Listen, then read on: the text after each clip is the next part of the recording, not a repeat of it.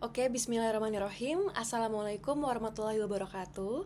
Selamat malam Ibu Rosana, selaku dosen pengampu, serta selamat malam rekan-rekan semua. Perkenalkan, saya Ramadhani Safira Gumarianto dengan NIM 250101131.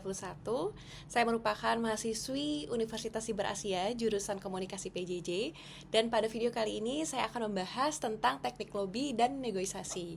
Video ini saya buat untuk memenuhi tugas UTS mata kuliah teknik lobby dan negosiasi yang diampu oleh Ibu Rosana.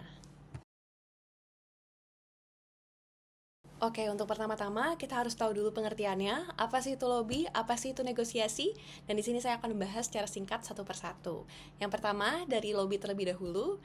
Mungkin contoh simpelnya jika kita sedang berada dalam suatu organisasi atau misalnya di lingkungan kampus, dan jika ada kebijakan yang tidak sesuai dengan kita, mungkin terbesit atau terceletuk gitu ya.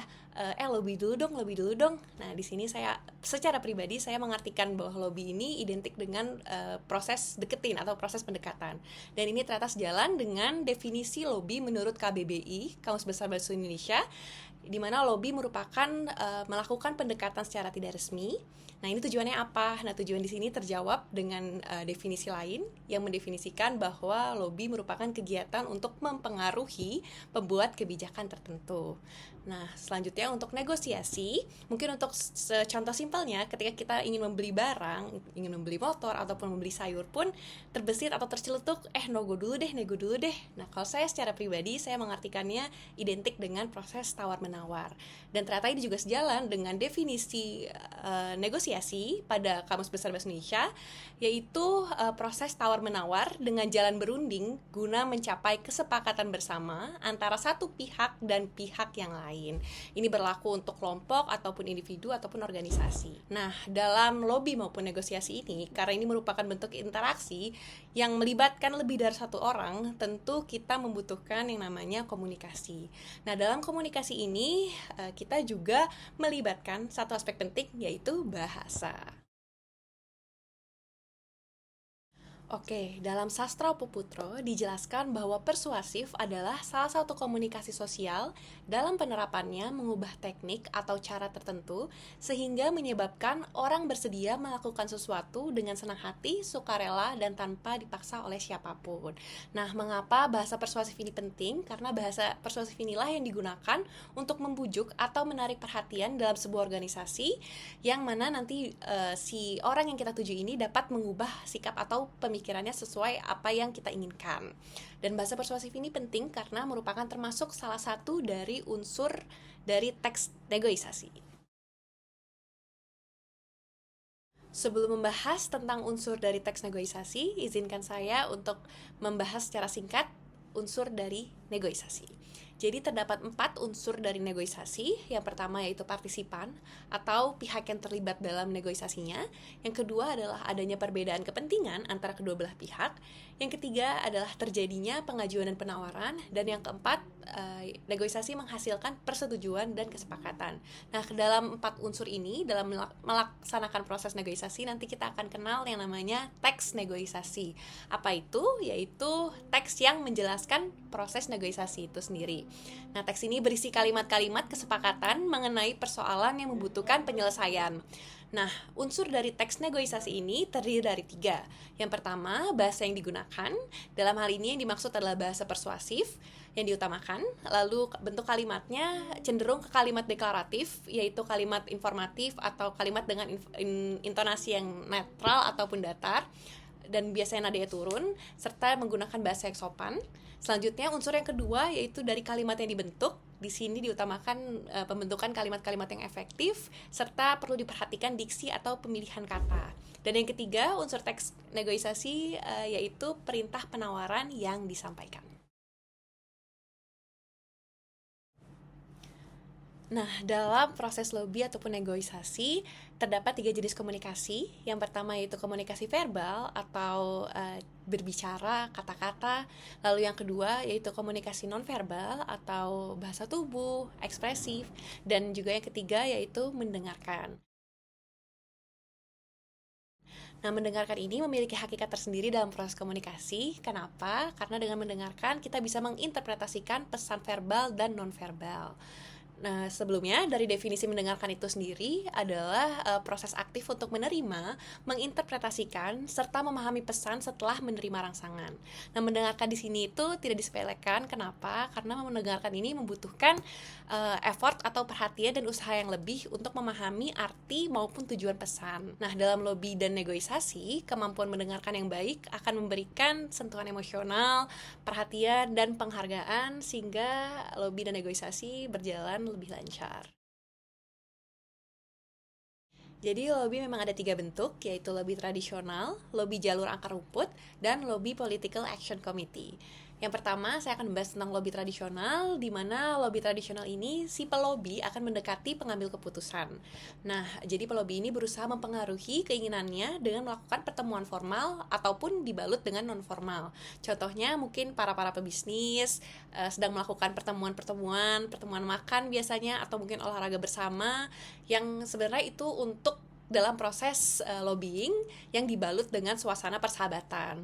Atau bisa juga lobby tradisional ini dilakukan lewat telepon atau email, dan biasanya jika lewat tidak langsung seperti ini, diskusi dilakukan secara berulang-ulang atau tidak cukup satu kali.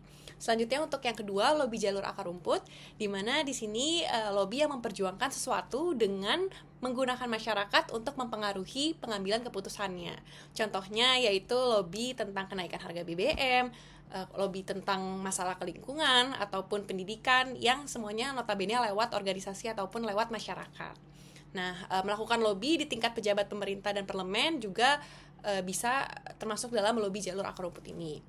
Lalu yang ketiga, di sini adalah lobby political action committee, di mana di sini dimaksudkan pada komite-komite yang dibentuk perusahaan-perusahaan besar agar wakilnya dapat duduk di parlemen atau pemerintah.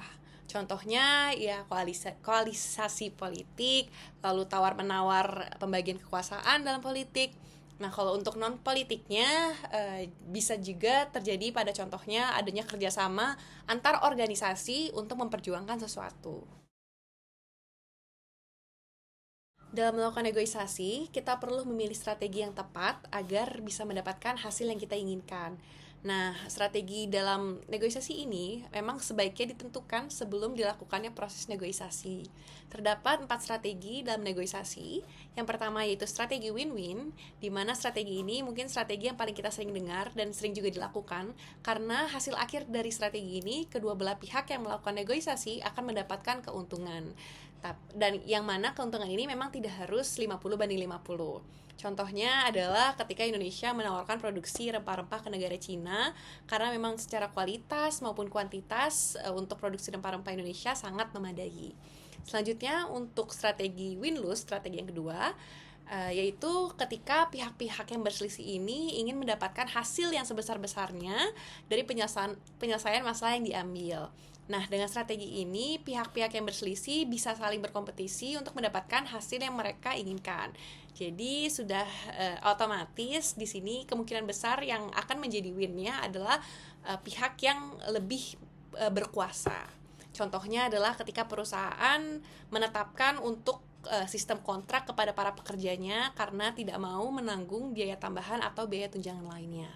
Selanjutnya strategi yang ketiga yaitu strategi lose-lose, di mana strategi ini biasanya wujud sebagai dampak kegagalan dari pemilihan strategi yang tepat dalam bernegosiasi.